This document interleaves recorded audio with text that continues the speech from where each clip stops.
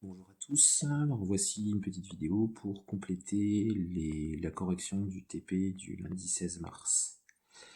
Alors, donc dans un premier temps, on vous demandait d'écrire une fonction qui s'appelait R assuré en langage Python et qui permettait, quand on entre le paramètre R, de déterminer, d'afficher l'aire de la partie assurée sur le schéma qui est représenté ici.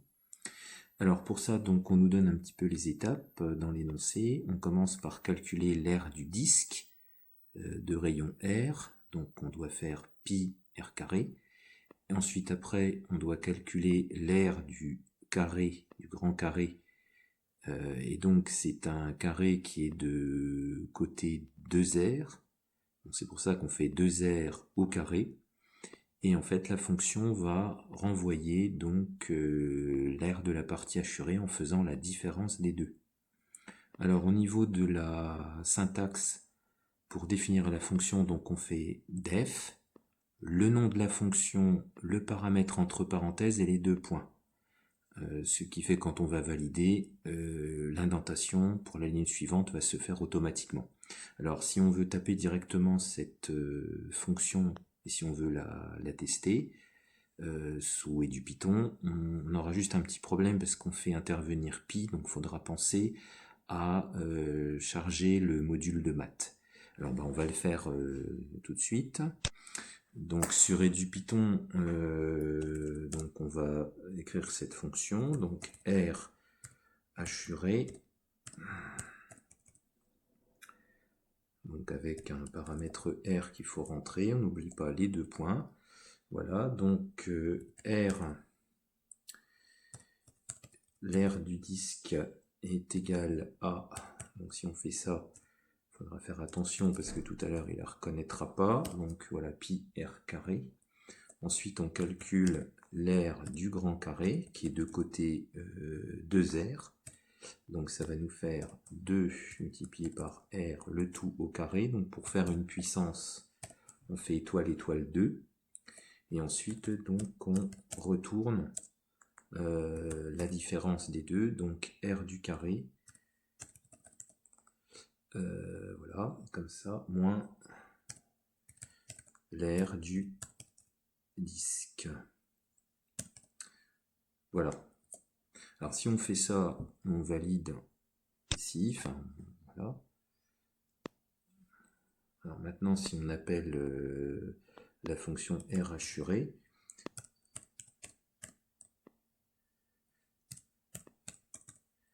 par exemple avec une valeur, il risque de nous mettre une erreur, voilà, parce qu'il ne connaît pas pi. Donc, il faut faire from math import pi, voilà.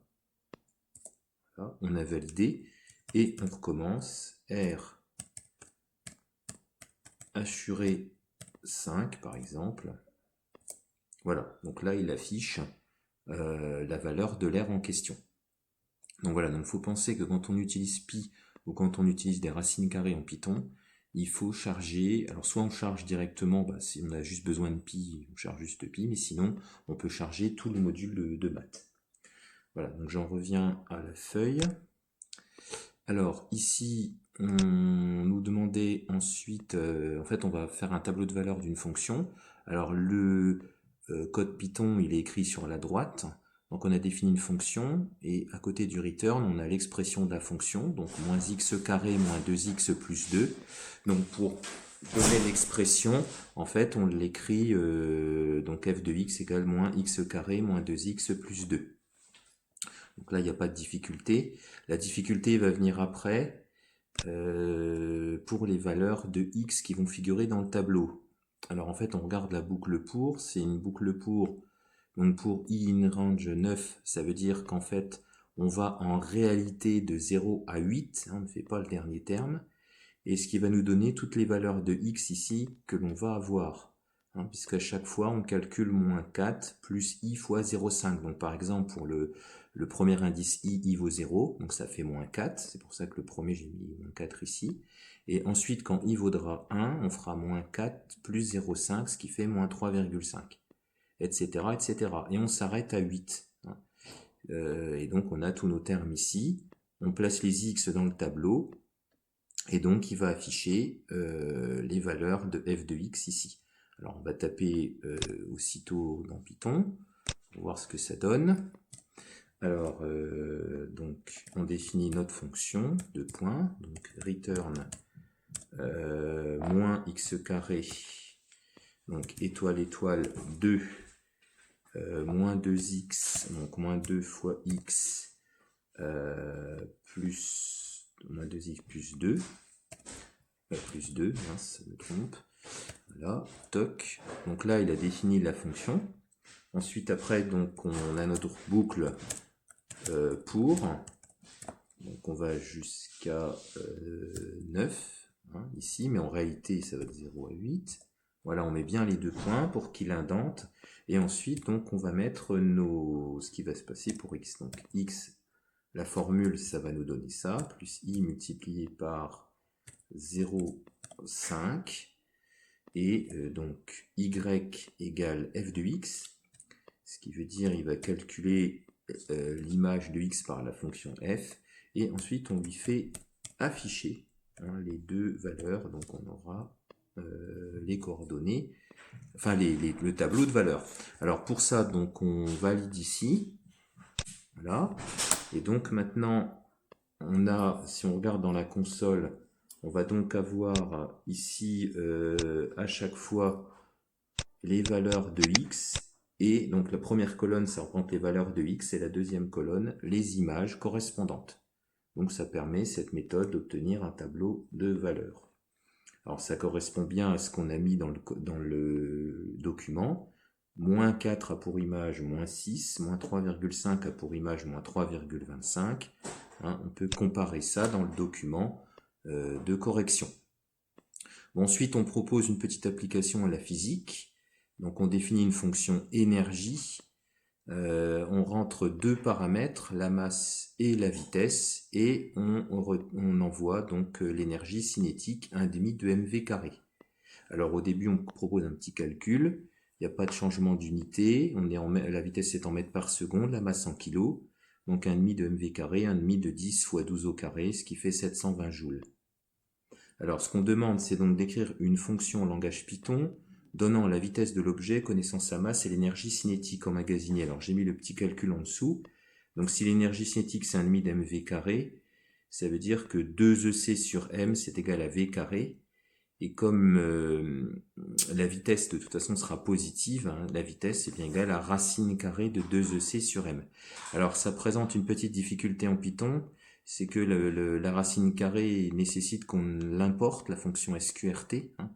Donc c'est pour ça que j'ai défini donc définition vitesse ME, et j'ai fait charger le module math, dans le module math la fonction SQRT. Et donc on retourne SQRT de 2 fois E sur M, ce qui nous donne bien la valeur demandée. Alors on va tester avec le petit calcul qu'on avait fait au début. Alors pour ça, donc je vais définir la nouvelle fonction. Donc la définition, donc on va l'appeler vitesse. On va bien donner deux paramètres, donc le paramètre de masse, puis le paramètre d'énergie.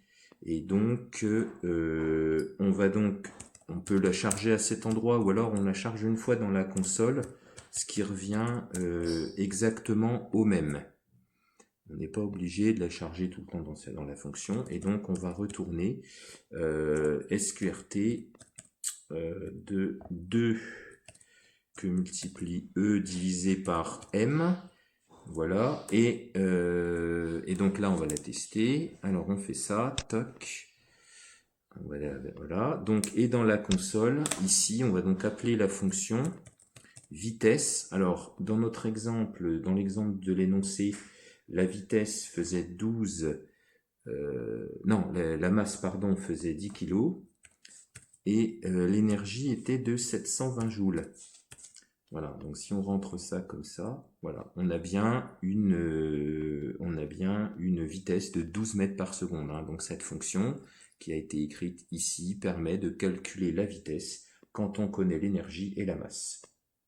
Voilà. Alors ensuite, sur le document, pour terminer, on a on considère une autre fonction, donc c'est encore ce qu'on appelle un trinôme du second degré, hein. Ici, 3x carré moins 3x plus 1. Donc on écrit une fonction Python, donc def f de x, les deux points, et on retourne donc le calcul de l'expression. Alors on nous dit quelle instruction au singulier faut-il écrire dans la console Python pour calculer f de 1 septième. Bah, il faut juste écrire f entre parenthèses 1 septième. Par contre, quand on veut calculer dans la question 3 f de racine de 7, il y a la nécessité d'importer SQRT. Donc il faudra penser à faire ça. Voilà, sinon ça marche très bien. Voilà, alors si vous avez des questions, vous n'hésitez pas à me contacter. Et sinon, je vous remercie de votre attention.